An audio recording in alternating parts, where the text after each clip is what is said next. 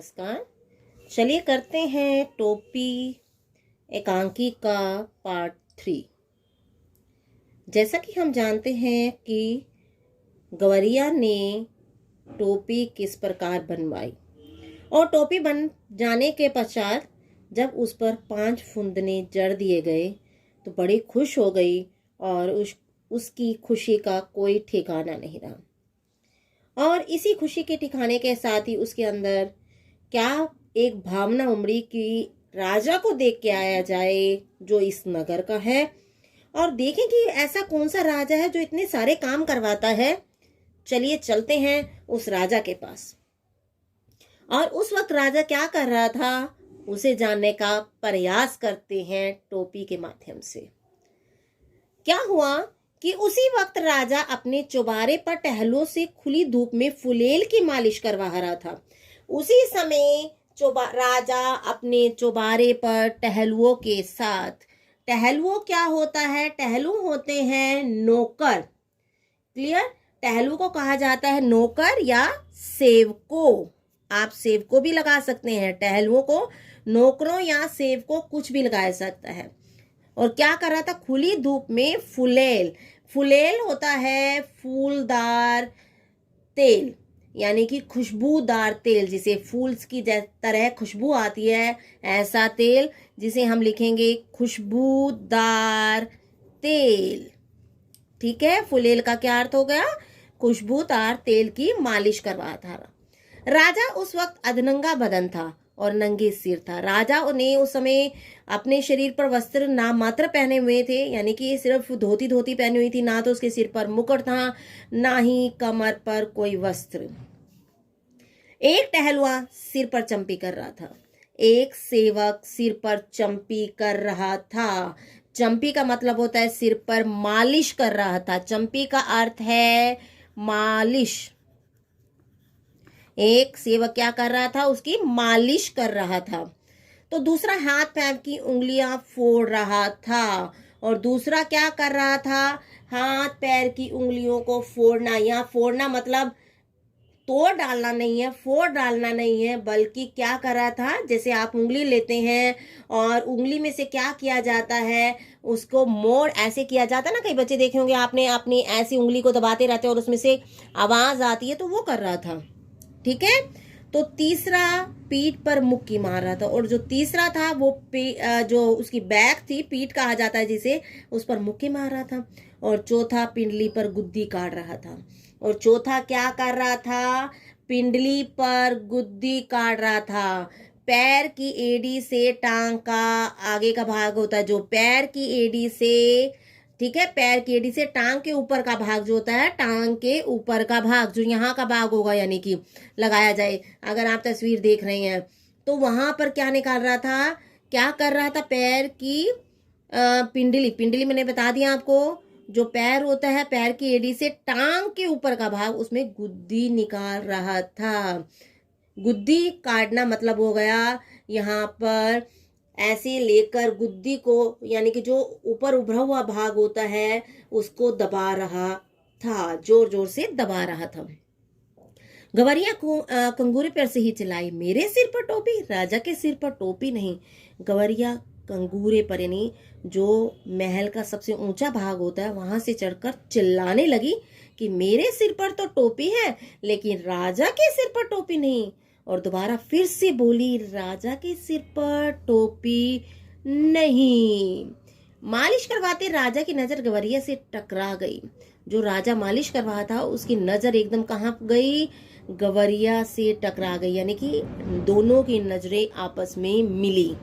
गवरिया के सिर पर फुन्नेदार टोपी देखकर उसकी अकल चकरा गई।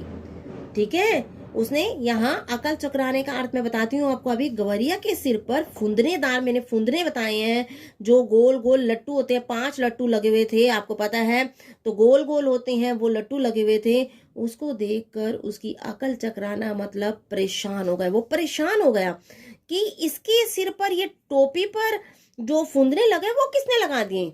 ठीक है, यहाँ पर इसका अर्थ हो गया परेशान होना, अकल चकराना। वह तो लगातार रटे जा रही थी। कौन? जो गवरिया थी, वह लगातार बोली जा रही थी यही शब्द, मेरे सिर पर टोपी, राजा के सिर पर टोपी नहीं। क्या बोल रही थी बार बार? ठीक है, मेरे सिर पर टोपी है, राजा के सिर पर टोपी नहीं। अरे कोई मेरी टोपी लाओ जरा जल्दी। राजा दोनों हाथों से अपना सिर ढकते हुए चिल्लाया, अरे कोई मेरी टोपी लाओ। कौन बोला? राजा बोला, जरा जल्दी लाओ। दोनों हाथों को उसने क्या किया, अपने सिर पर ढक दिया और जोर जोर से चिल्लाना लगा। टोपी आ गई, राजा ने झट पहन भी ली। देख रही फुदगुद्दी फदगुद्दी। कौन बोला? टोपी आ गई। राजा बोला, टोपी आ गई। राजा ने टोपी को झट मतलब होता है एकदम ही पहन लिया। और देख रही फदगुद्दी, यहाँ फदगुद्दी होता है एक छोटी चिड़िया। फद्दी गुद्दी का क्या अर्थ होगा? एक छोटी चिड़िया। किसे कह रहे हैं? गवरिया को कह रहा है, ले रही छोटी चिड़िया, मैंने भी टोपी पहन ली। ठीक है, आगे क्या कहते हैं? मेरी टोपी में 5 फुंदने। गवरिया ने अब दूसरा ही राग अलापना शुरू कर दिया। जो गवरिया थी वो क्या बोलने लगी? मेरी टोपी में तो 5 फुंदने हैं। गवरिया ने अब ये दूसरा ही गान शुरू कर दिया। यहाँ पर राग अलापना मतलब इसको बार बार बोलना। एक गीत को बार बार अलापना का मतलब होता है बार बार बोलना। उसने ये बार बार बात बोलनी शुरू कर दी। ठीक है, राजा की टोपी में एक भी नहीं, मेरी टोपी में 5 फुंदने, राजा की टोपी में फुंदने नहीं। अब मैंने आपको फुंदने बताए हैं कि गोल गोल होते हैं, तो वो बार बार जो टोपी के नीचे लटकाए जाते हैं वो फुंदने देखकर बार बार वो कहने लगी, मेरी टोपी में तो 5 फुंदने हैं, इसकी टोपी में एक भी फुंदना नहीं। तो मैं आपको एक फुंदने वाले की दिखाऊंगी तस्वीर, जिसमें आप देख सकते हैं कि किस प्रकार फुंदने होते हैं। एक टोपी वाला फुंदना पहले भी दिखा चुकी हूँ और अब दोबारा से मैं आपको एक फुंदने वाली टोपी दिखाऊंगी और उसी से समझ जाइएगा कि इसके इस टाइप के 5 फुंदने लटक रहे थे। राजा को बेहद हेठी महसूस हुई। हेठी का अर्थ होता है शर्म। राजा को बहुत अधिक शर्म महसूस हुई। किस कारण महसूस हुई? कि उसकी टोपी खाली और उस गवरिया की टोपी पर 5 फुंदने। इस मुल्क के महाबली राजा के सामने एक चिड़िया की है मजाल।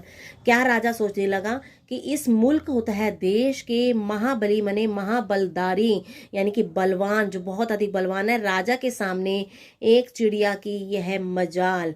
मजाल का अर्थ होता है हिम्मत, कि एक चिड़िया की यह हिम्मत कि जो मुझे बार बार चिढ़ा रही है। वह पूरी तरह बिगड़ गया। इस फदगुद्दी की गर्दन मसल दो। उसने क्या कहा कि अपने सेवकों को आदेश दिया, इस फदगुद्दी की अकल गर्दन मसल दो। यहाँ फदगुद्दी है एक छोटी चिड़िया जिसे हम कह सकते हैं गोरैया। ठीक है, फदगुद्दी गोरैया भी कह सकते हैं और एक छोटी चिड़िया भी कहा जा सकता है। इसके क्या उसने आदेश दिया कि इसकी गर्दन को मसल दो, इसके पखने नोच लो। यहाँ पखने का अर्थ है इसके पंख नोच डालो। ठीक है, पंखने का अर्थ क्या बताया मैंने आपको? पंख नोच डालो। सिपाहियों देर ना करो। किसने कहा? राजा ने कहा। क्षमा करे महाराज, मंत्री ने हाथ जोड़ दिए। यहाँ क्षमा का अर्थ है क्षमा करे महाराज, मंत्री ने हाथ जोड़कर बोला। मच्छर मारकर हाथ क्यों गंदा करना, कि चिड़िया तो आपके लिए एक मच्छर के बराबर है, आप मच्छर मारकर क्यों अपने हाथों को गंदा कर रहे हैं, अपने आप चली जाएगी। तब राजा सिपाहियों से बोला, यह ऐसे नहीं मानेगी, इसकी टोपी छीन ले आओ, उसे मैं पैरों से ठोकर मारूंगा। क्या आदेश दिया राजा ने? कि इसकी टोपी को छीन लेना चाहिए और इसके पैरों से क्या करूंगा मैं? इसकी टोपी को मसल डालूंगा, ठोकर मार मार कर क्या कर दूंगा? खराब कर दूंगा। एक सिपाही ने गुलेल मारकर गवरिया की टोपी नीचे गिरा दी। एक सिपाही ने क्या किया?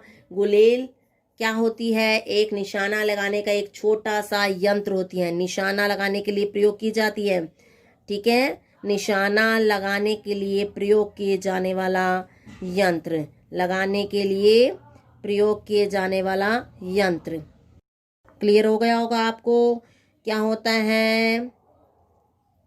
यंत्र होता है निशाना लगाने के लिए प्रयोग किए जाने वाला एक यंत्र होता है जिसे हम गुलेल कहते हैं, जैसा कि आपको चित्र में स्पष्ट हो जाएगा। ठीक है, तो क्या हो गया? टोपी नीचे गिरा दी गई। दूसरे सिपाही ने झट से वह टोपी लपक ली। अब यहाँ पर क्या क्या कहना चाहते हैं कि दूसरे सिपाही ने क्या किया? जो टोपी नीचे गिर रही थी उसे एकदम पकड़ लिया और राजा के सामने पेश कर दिया। राजा टोपी को पैरों से मसल नहीं जा रहा था कि उसकी खूबसूरती देखकर दंग रह गया। उसकी खूबसूरती, किसकी, टोपी की खूबसूरती को देखकर दंग मतलब हैरान रह गया। कारीगरी के इस नायाब नमूने को देखकर वह जड़ हो गया। कारीगरी मतलब जो कार्य किया गया था उसके क्या देखकर, कारीगरी के क्या करने को देखकर, नायाब होता है बहुत अधिक सुंदर। ठीक है, नायाब का अर्थ क्या हो गया, बहुत अधिक सुंदर। किसको देखकर, नमूने को देखकर, कारीगरी के बहुत अधिक सुंदर कार्य को देखकर वह जड़ मतलब हैरान हो गया। मेरे राज में मेरे सिवा इतनी खूबसूरत टोपी दूसरे के पास कैसे पहुंची। क्या बोलने लगा कि मेरे राज में इतनी खूबसूरत, मेरे सिवा यानी कि मेरा राज्य है और मेरे अलावा इतनी खूबसूरत टोपी दूसरे के पास कैसे पहुंच गई। सोचते हुए उसने उलट पलट कर देखने लगा। सोचते हुए क्या किया, उसने टोपी को इधर उधर से देखने लगा। आगे क्या बोला कि इतनी नगीना टोपी इस मुल्क में बनाई किसने। इतनी नगीना टोपी, यहाँ नगीना का अर्थ है इतनी सुंदर टोपी बनाई किसने। क्लियर, इस मुल्क मने देश में बनाई किसने। राजा के मन में ख्याल आया, अब तो उस हुनरमंद कारीगर की खोज होनी चाहिए। अब क्या किया ना जाना चाहिए, उस हुनरमंद मतलब उस कुशाल, कुशल जिसे आप कहेंगे कि जो हुनरमंद होता है, कुशल जो कारीगर है, उसकी खोज की जानी चाहिए। राजा चाहे और पता ना चले, राजा चाहे और पता ना चले कि राजा चाहता है कि उस कारीगर की ढूंढ हो, उस कुशल कारीगर की ढूंढ होनी चाहिए, उसे ढूंढा जाना चाहिए और राजा ऐसा सोचे और काम ना हो। गिरते गिरते दर्जी हाजिर हुआ। उसी समय गिरते गिरते दर्जी, जो दर्जी था जिसने उसकी टोपी बनाई थी, वो हाजिर हो गया। हाजिर का मतलब होता है उपस्थित हो गया। दुहाई अंदाता, उसने क्या कहा कि मुझे माफ कर दे, क्षमा करें। दुहाई का अर्थ है कि मुझे क्षमा करें। अन्नदाता मने अन्न प्रदान करने वाले यानी मालिक। क्लियर, इतनी बढ़िया टोपी तुमने कभी हमारे लिए क्यों नहीं बनाई। राजा ने क्या कहा कि इतनी सुंदर टोपी आपने मेरे लिए कभी क्यों नहीं बनाई। मेघों की गड़गड़ाहट की मानिंद राजा की आवाज निकली। क्या कहना चाहते हैं, मेघों मने बादलों की, गड़गड़ाहट की, मानिंद की होता है अनुरूप। ठीक है, मानिंद का क्या अर्थ होता है, अनुरूप, यानी बादलों की जैसे तेज आवाज होती है उसी के अनुरूप, बादलों की गड़गड़ाहट की जैसे तेज आवाज होती है उसी के अनुरूप राजा की तेज आवाज निकली। जोर से राजा बोला तो वो क्या बोलने लगा, दुहाई अंदाता। फिर वो बोला कि अन्न प्रदान करने वाले, हे राजा मुझे क्षमा करें। हमें दुहाई नहीं, वजह बताओ, हमें दुहाई नहीं, ठीक है, हम दुहाई नहीं देंगे, तुम्हें माफ नहीं करेंगे। पहले हमें वजह बताओ कि तुमने इतनी सुंदर टोपी उस छोटी सी चिड़िया के लिए क्यों बनाई। उसने क्या कहा अपना क्लैरिफिकेशन देने के लिए, ठीक है, अपने आप को बचाने के लिए क्या कहा उसने, कपड़ा बहुत उम्दा था सरकार। उसने कहा कि जो कपड़ा था मालिक वो बहुत अधिक उम्दा था। यहाँ उम्दा का मतलब क्या बताया गया था आपको, बढ़िया। ठीक है, उम्दा का अर्थ होता है कपड़ा बहुत अधिक बढ़िया था। किसने बोला, आपको बताया यहाँ पर दर्जी ने बोला। सरकार एकदम गफ्श और दबीज, यानी कि कैसा था कपड़ा, हमने बताया था आपको कि बहुत अधिक बारीक, और कैसा, गफ्श और दबीज यानी कि बहुत अधिक पतला और घना। घना और मोटा भी लगा सकते हैं, यानी कि घना था और बहुत अधिक, दबीज का अर्थ होता है मोटा था। ऐसा उम्दा कपड़ा किसने बुना, उसने पूछा कि ऐसा उम्दा, ठीक है, उम्दा का मतलब बढ़िया, ऐसा बढ़िया कपड़ा किसने बुना। नाग की मानिंद राजा फूंक मारने लगा। अब किसकी तरह, नाग के मानिंद मैंने बताया अनुरूप, नाग की तरह ही, पहले किसके अनुरूप था, मेघों की तरह गड़गड़ाने लगा। अब नाग की तरह, जैसे नाग सांप फुंकार मारता है ऐसा भी राजा ऐसा करने लगा। गिरते पड़ते बुनकर हाजिर हुआ, और गिरते पड़ते मतलब डरा हुआ। जो बुनकर था, जिसने कपड़े को बुना था, वो हाजिर हो गया। माफी बख्शे सरकार, उसने कहा मुझे माफ कर दे सरकार। उसने क्या कहा राजा ने, माफी नहीं, वजह बताओ। माफी नहीं मैं दूंगा तुम्हें, तुम मुझे कारण बताओ। सूत बड़ा उम्दा था सरकार, एकदम महीन और लचदार। उसने क्या कहा कि सूत बड़ा बढ़िया था, एकदम पतला और लच्छेदार था। महीन मने पतला और लच्छेदार मतलब रोए रोए निकले हुए थे। इतना महीन सूत किसने काता? शेर की मानिंद राजा ने दहाड़ मारी। फिर आ गया मानिंद। पहले मानिंद किया था उसने बादलों की गड़गड़ाहट की तरह, यहाँ पर आया था बादलों की गड़गड़ाहट की तरह। फिर मानिंद आया था किसकी तरह? नाग की तरह फुंकार मारी थी। अब शेर की तरह राजा ने दहाड़ यानी शेर के अनुरूप ही दहाड़ मारी। इतना बारीक सूत किसने काता था? आगे क्या हुआ? गिरते पड़ते कोरी हाजिर हुआ, जान बख्शे महाराज। गिरते पड़ते कोरी हाजिर हो गया, यानी कि लड़खड़ाते हुए डर से कांपते हुए कोरी वहां आया और उसने कहा मेरी जान बख्श दे, यानी कि मेरी जान को छोड़ दे महाराज। जान नहीं, वजह बताओ। मैं जान की नहीं चाहता तुम्हारी, मुझे कारण बताओ। कि रूई बड़ी बेहतरीन थी। उसने कहा महाराज की जो रूई थी वो बड़ी बेहतरीन थी, बहुत अच्छी थी। पहले किसने क्या जवाब दिया था? दर्जी ने कहा था कि कपड़ा बढ़िया था, और कपड़ा बढ़िया होने के बाद उसने क्या कहा था कि कपड़ा किसने बुना था? उसने कहा बुनकर ने बनाया था। बुनकर ने कहा मैं क्या करूं जी, क्या बढ़िया थी?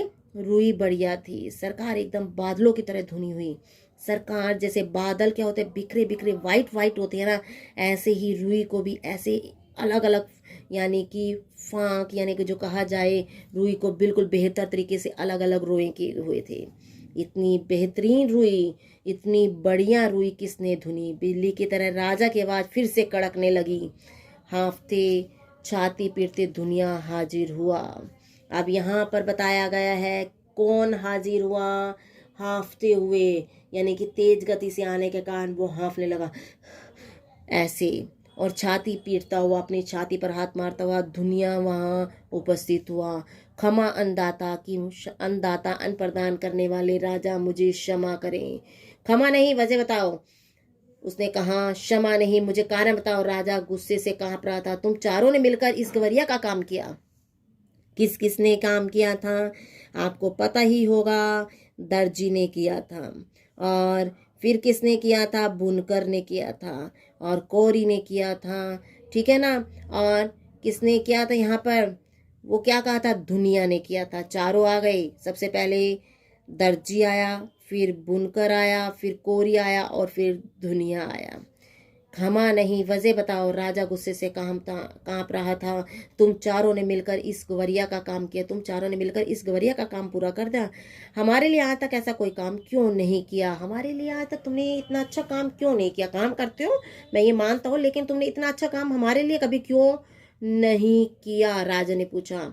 उसने क्या कहा? आपके लिए भी किया है सरकार। दुनिया ने जमीन पर लेट कर कहा, सीधा लेट गया, ठीक है। और क्या कहने लगा कि आपके लिए भी किया है। दुनिया ने जमीन पर सीधा लेट कर कहा आगे भी आपके लिए करेंगे सरकार, आगे भी आपके लिए काम किया जाएगा। हमारे लिए अब तक जो काम हुआ है उसमें इतनी नफासत क्यों नहीं थी? आज तक जो हमारे लिए काम किए गए हैं उसमें इतनी नफासत का अर्थ होता है सज्जा क्यों नहीं थी?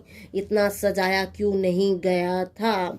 नफासत मने सजाना, यानी जिसे हम सज्जा या सजाना कह सकते हैं। आज तक तुमने इतना अच्छा सजाया क्यों नहीं था? ठीक है। अभे दान दे, अभे दान दे मतलब मुझे हमें माफ कर दे, यानी कि क्षमा दान दे। अभे का मतलब होता है क्षमा दान दे। तो बोलू सरकार, दुनिया बोला। चलो दिया। राजा बोले अब बताओ क्या कारण था तुमने इतनी अच्छी टोपी बनाई? महाराज इस गवरिया ने जो भी काम करवाया उसमें आधा हिस्सा देती थी। उसने क्या कहा? महाराज इस गौरिया ने जितना भी काम करवाया उसमें से आधा हिस्सा हमें हमारा मेहनताना देती थी। जिसके पास बहुत कुछ है वह कुछ भी नहीं देता। यानी किस पर कटाक्ष किया गया है? राजा पर कटाक्ष किया गया है कि जिसके पास बहुत कुछ है हमें वह कुछ भी नहीं देता। उसके पास कुछ भी नहीं थी फिर भी वह आधा दे देती थी। इसलिए इसके काम में अपने अपने नफासत आती गई। इसलिए हर एक ने जो काम किया उसमें नफासत यानी कि सज्जा आती ही गई, क्योंकि मेहनताना मिलता जा रहा था। दुनिया दंडवत पर दंडवत किए जा रहा था। अब यहाँ दंडवत मतलब होता है दंडवत प्रणाम करना, लेट कर प्रणाम करना। यहाँ पर दंडवत आया है लेट कर प्रणाम करने के लिए, ठीक है, आपको समझ आ रहा होगा जितना मैंने करवाया है कि क्या है कहानी और कैसे आगे बढ़ रही है। धुनिया दंडवत मतलब लेट कर हाथों को सीधा करके प्रणाम करता जा रहा था। देख ले राजा, आंख में उंगली डाल कर देख ले। ठीक है, कौन बोल रही थी? गवरिया ऊपर से बोली कि आंख में उंगली डालकर मतलब आंखों को पूरी तरह खोल कर देख ले। इसके लिए पूरे मोल चुकाए हैं, बेगार की नहीं है ये। बेगार मतलब होता है मुफ्त की कार्य नहीं करवाया गया। गवरिया फिर चिल्लाने लगी, यह राजा तो कंगाल है। कंगाल मतलब गरीब है। कंगाल का अर्थ क्या होता है? गरीब। ठीक है, जिसके पास पैसा ना हो यानी कि गरीब। नीरा कंगाल यानी कि बिल्कुल गरीब है। इसका धन घट गया लगता है। इसका जो धन था वो समाप्त हो गया है, यानी कि घट मने कम हो गया है। इसे टोपी तक नहीं जुड़ती। इससे तो टोपी तक नहीं क्या की जाती? जुड़ती मतलब जुटना। ठीक है, जुड़ती का मतलब होता है जुटना। इससे तो अपनी टोपी भी नहीं बनवाई जाती, इतना गरीब हो गया। तभी तो इसने मेरी टोपी छीन ली। तभी तो इस राजा ने मेरी टोपी छीन ली। इसे टोपी बनवाने के लिए इसके पास पैसे नहीं थे, इसलिए इसने मेरी टोपी छीन ली। राजा तो वाकई अकबका रह गया। राजा जो था वो वास्तव में हैरान रह गया। एक तो तमाम कारीगरों ने उसकी मदद की थी, यानी कि जितने भी कारीगर थे सब ने उसकी सहायता की थी। दूसरे इस टोपी के सामने अपनी टोपी की कमसूरती, और दूसरा उसे एक कारण यहाँ हो गया कि सभी उसके देश के कारीगरों ने उसकी क्या की थी? सहायता की थी। और दूसरा कारण ये था उसके हैरान होने का कि जो उसकी टोपी थी गवरिया की, उसकी टोपी के सामने राजा की टोपी कम सूरत थी। तीसरे खजाने की पोल खुल रही थी। कारण कौन कौन से राजा के हैरान होने के? तीसरा कारण था खुलती पोल कि उसका खजाना खाली हो चुका है। क्लियर? आपको समझ आ गया? राजा के हैरान होने के कारण 3 बताए गए हैं। यहाँ से आपको क्लियर हो गया होगा कि राजा के हैरान होने के मैंने जो 3 कारण बताए हैं आपको समझ आ गए होंगे। आगे हम देखते हैं इस पाखी को कैसे पता चला कि धन घट गया है। इस पक्षी को कैसे पता चला? राजा सोचने लगा कि मेरा खजाना समाप्त होने की कगार पर है। तमाम बेगार करवाने, यानी कि तमाम जितने भी काम हैं सब बेगार मने बिना पगार के, यानी मुफ्त करवाने। बहुत सख्ती से लगान वसूलने के बावजूद राजा का खजाना खाली हो रहा था। यानी कि कैसे काम करवा रहा था? बिना पैसे दिए और बहुत सख्ती से लोगों से लगान वसूल कर रहा था, फिर भी राजा का खजाना खाली था। इतना ऐशो आराम, इतनी लश्करी, इतना कैसा जीवन था उसका? ऐशो आराम से भरपूर था। यानी कि जितने भी जिंदगी में आराम होते हैं, सुख सुविधाएं होती है, वो सभी थी। और इतनी लश्करी थी। लश्करी मतलब सेना, इतनी सेना थी उसके पास। इतनी लवाजिमों का भोज खजाना। अब लवाजमी होते हैं यात्रा के साथ रखने वाला सामान, यानी कि लगेज कहा जाए इसको। तो समझ आ गया होगा। इतना ऐशो आराम यानी कि ऐश की जिंदगी जी रहा था, और इतनी लश्करी थी, सेना थी, और इतना उसके पास लगेज था। ठीक है, उनका बोझ था। लगेज को किस प्रकार से सुरक्षित रखा जाए, संभाले भी तो कैसे। तमाम लोग निकल आए थे यह अनोखा तमाशा देखने। जितने भी लोग थे सभी के सभी देखने आए कि कौन सा ऐसा छोटा पक्षी है जो राजा से बातचीत कर रहा है और राजा से बहस कर रहा है। और कभी गवरिया आ रहा है, इसका नाम क्या कोरी आ रहा है, कभी दर्जी आ रहा है। क्या कारण है? सभी लोग तमाशा देखने के लिए निकल आए थे। मंत्री ने होले से कहा, होले होता है धीरे से कहा, यह मुंह फट तो महाराज की बेपर्दाही करके दम लेगी।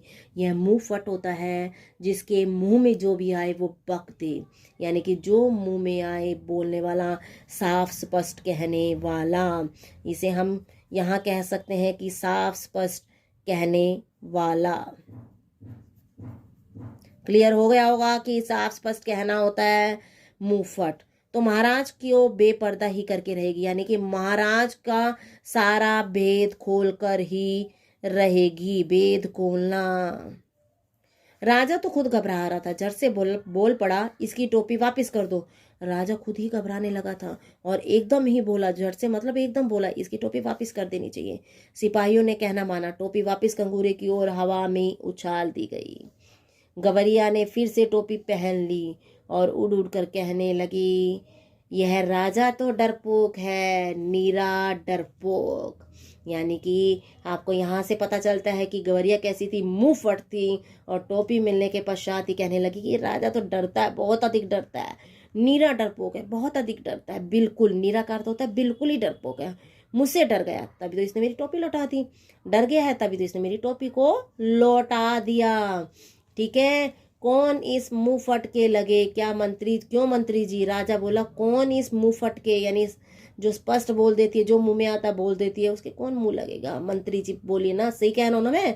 कहकर राजा ने अपनी टोपी कसकर पकड़ ली। यह कहने के पश्चात राजा ने अपनी टोपी को कस के पकड़ लिया। धन्यवाद।